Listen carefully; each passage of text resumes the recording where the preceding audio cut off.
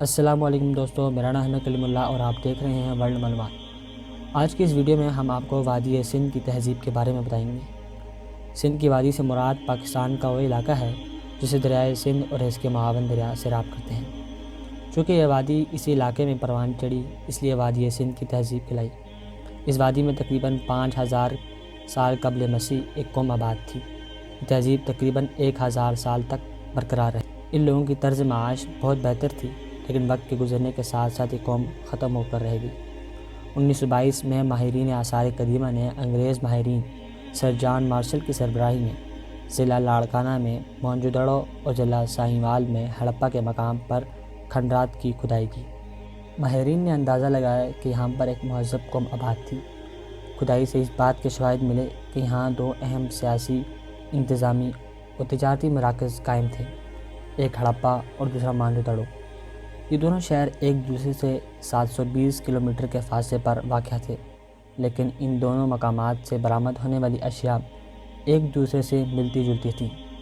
ان اشیاء کی قدامت سے ماہرین نے اندازہ لگایا کہ یہ تقریباً 5000 سال پرانی ہیں۔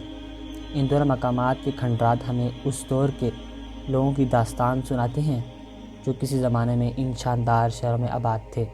ان لوگوں نے پاک اور ہند کی پہلی تہذیب اور ثقافت کو جنم دیا تھا۔ وادی سندھ کی تہذیب جنوبی ایشیا میں سب سے قدیم اور اہم تہذیب ہے۔ یہ تہذیب دھات کے زمانے کی مصری اور عراقی تہذیبوں سے ہم اثر ہے۔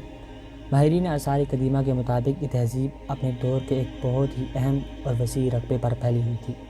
یہ دھات کے زمانے کا ایک وسیع پس منظر پیش کرتی ہے۔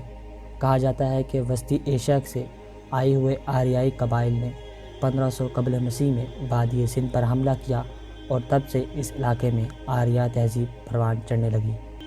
وادی سندھ میں 5000 برس قبل رہنے والی قوم کا کیا مذہب تھا، اس کے بارے میں کوئی بات یقینی نہیں۔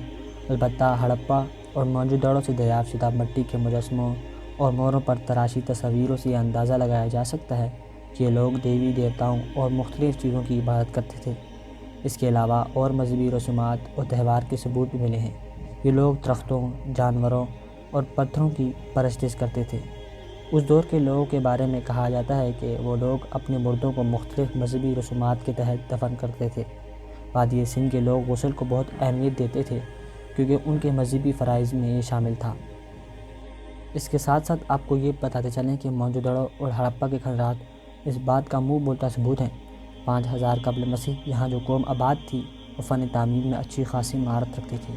انہوں نے اپنے مکانات اور دوسری تعمیرات میں پختہ اینٹوں کا استعمال کیا، حتیٰ کہ اپنے گھر کے فرش بھی انہی اینٹوں سے بنائے۔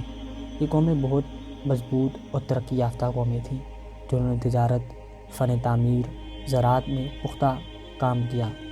وادی سندھ کی تہذیب ایک پرامن تہذیب تھی۔ کھدائی سے جنگ اور جدل کے آلات نہیں ملے، ہاں کلہاڑی، چھری اور تیر کمان وغیرہ ملے ہیں۔ یہ معاشرہ جنگ اور جدل سے آزاد تھا اور لوگ پرامن قوم کی حیثیت سے زندگی گزار رہے تھے۔